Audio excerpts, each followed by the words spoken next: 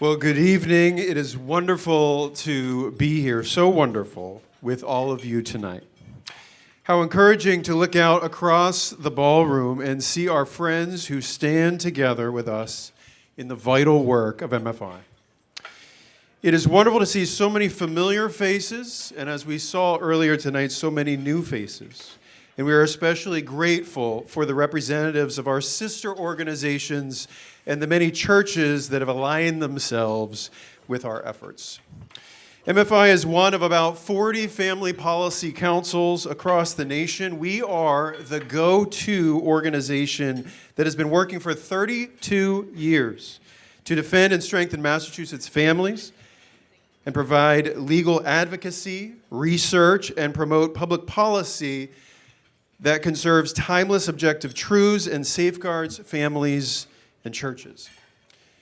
MFI is part of a like-minded national community allied with Focus on the Family, Alliance Defending Freedom, and the Family Research Council. We also work with other national legal ministries like Liberty Counsel, First Liberty, and the Child and Parental Rights Campaign, which assist us with legal reinforcement for important religious liberty and parental rights battles. Tonight, our theme is very appropriate. The battle for our children, protecting their hearts, minds, and bodies. Our children are under attack. It's never been clearer than it is now. And in our once trusted institutions and through the media, our children are barraged with harmful messages about human sexuality, diverse gender identifications, and even the meaning of life. Enabled by the generous donations of our faithful supporters, MFI is vigorously leading the charge to defend parental rights and protect children from various threats. We are also safeguarding First Amendment rights of students, parents, pastors, and pregnancy resource centers. Tonight, I want to offer you encouragement by sharing victories in the battle for life, liberty, and our children. We have secured wins on multiple fronts.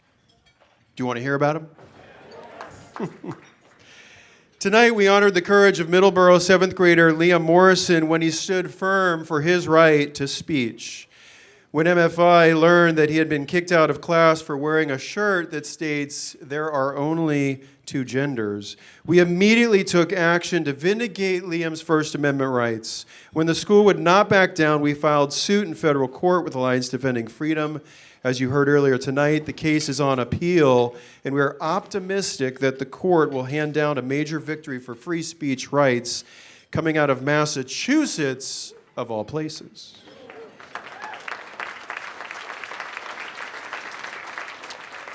Another way MFI strengthens Massachusetts children and families is by compiling vital research to identify the areas where we need to act.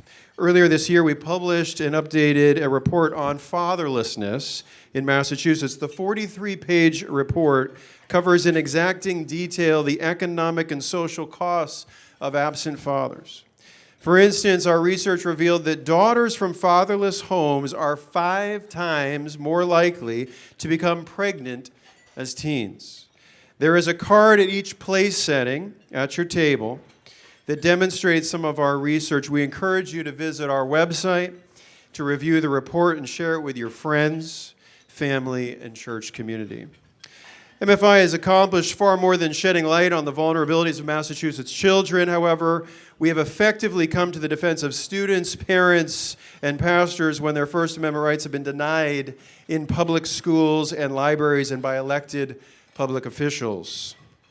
When Newburyport's Citizens Group planned an event to discuss issues in education, they were discriminated by their mayor.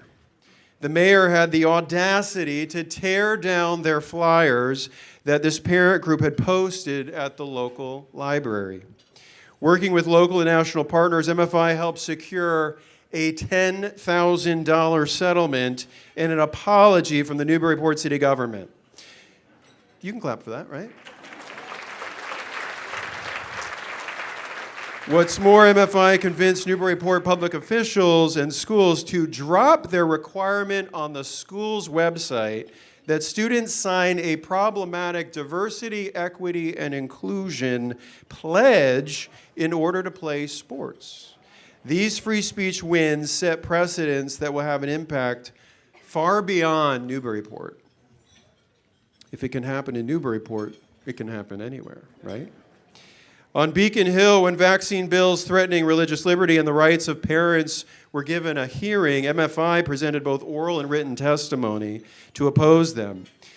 Now, these bills introduced this legislative session would eliminate the religious exemption to vaccine mandates for K through 12 and college and university, public and private students.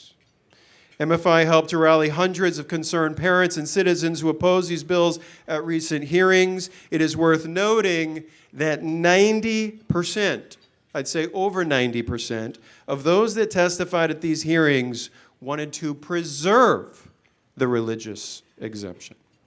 So you are not alone. You can clap for that. That's a good one, right? In Chelmsford, MFI stood up for First Amendment rights of a local pastor, as you heard earlier tonight.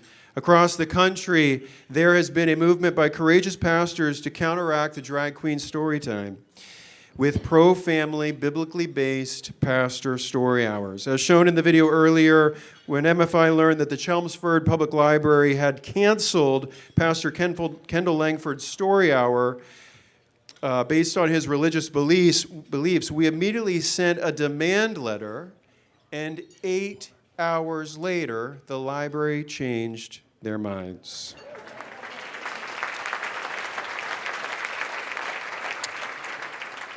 Just anecdotally, it was so encouraging to receive a phone call to my cell phone from Kirk Cameron, who has been leading pastor story hours across the country.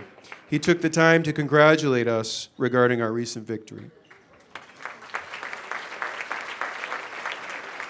In Rochester, Massachusetts, a local advocate noticed that there was a little diverse library, a small structure at the entrance of the library hosting inappropriate books for children. I'm sure you've seen these little libraries around Massachusetts. Well, MFI supported his efforts to advocate for a little Freedom Library to sit right next to the Little Diverse Library. And after relaying our constitutional concerns about favoring one little library over the other, the trustees of the library decided to take down the Little Diverse Library.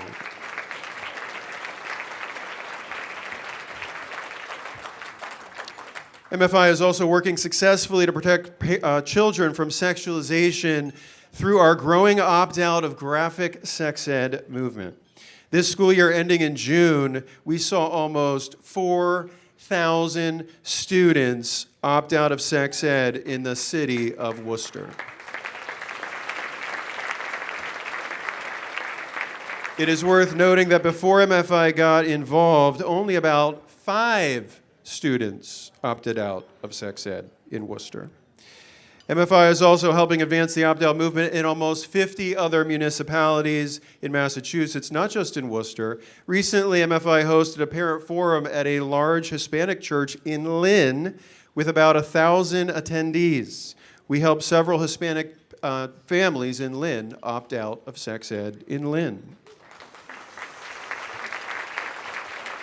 MFI has also effectively implemented school committee and general advocacy training programs that give people the tools they need to get elected to positions of influence in their local school district. Our in-person trainings are hosted in various places across the state and are also available online. Wouldn't it be great if all of you ran for school committee? We were encouraged to learn about 4 fathers that recently won the 4 available seats on the Leominster School Committee. Isn't that great? 4 dads winning 4 seats. They ran on, get this, getting back to reading, say it with me, writing, and arithmetic.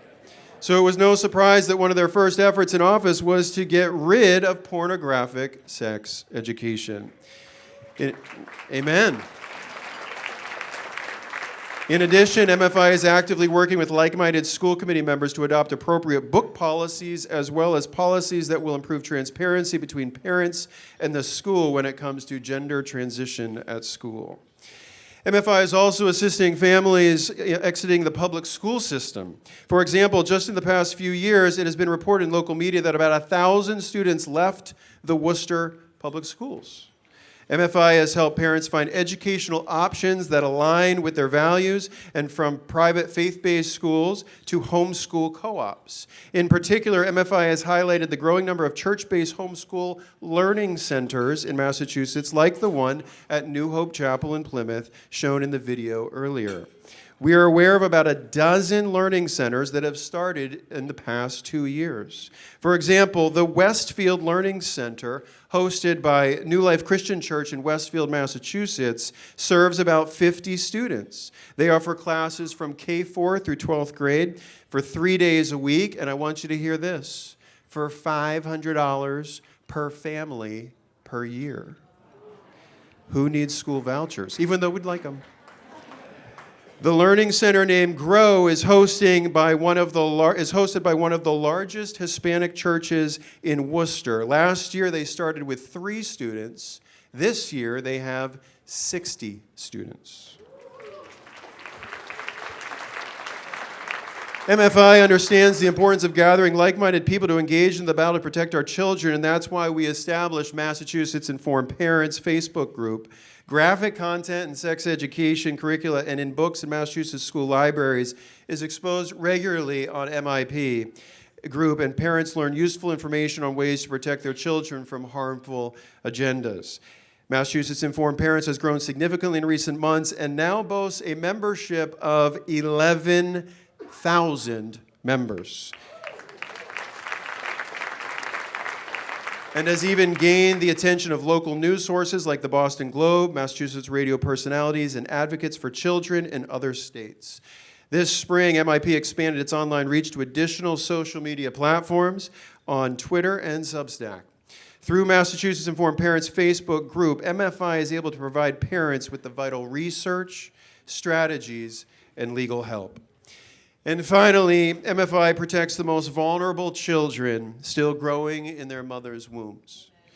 Backed by Planned Parenthood, members of the East Hampton City Council tried for over a year to pass an unconstitutional ordinance that would have targeted the Bethlehem House, a pro-life pregnancy resource center in East Hampton. MFI intervened, writing multiple letters to warn the city of legal liability and mobilizing record numbers of local advocates to oppose the ordinance. And let me remind you, this was East Hampton we were getting record crowds. Although the city council voted to pass the ordinance, the mayor, who is pro-choice, used her veto to oppose the ordinance. It is worth noting that this was the first time the mayor ever used her veto power from being elected in 2017, and it was for a life issue. The city council later took an unsuccessful vote to override the mayor's veto, and the ordinance was defeated. Amen. MFI played a similar role in defeating these ordinances in Framingham, and we expect to successfully defeat the same ordinance in Worcester as well. We also recently secured a victory for free speech, protecting the sanctity of life and the unborn in Billerica, Massachusetts. Local advocates requested that the pro-life flag fly from the town flagpole in October, but several members of the Billerica Select Board signaled they would not be in favor. In addition to writing a legal letter voicing our constitutional concerns, MFI and local pro-life advocates showed up at the decisive town meeting with our friend Hal Shurtleff from the now famous Shurtleff v. Boston Christian flag case that secured a 9-0 Supreme Court victory for free speech.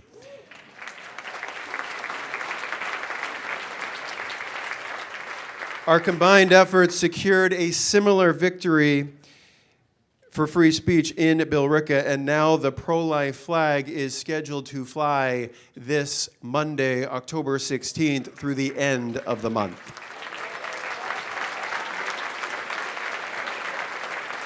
And if you would like to travel to Billerica, to the town library, to the city flagpole this Monday, I will see you there at 5:30. We are so glad you are here with us tonight to join us in celebrating these successful efforts. We will never give up protecting our children. Amen.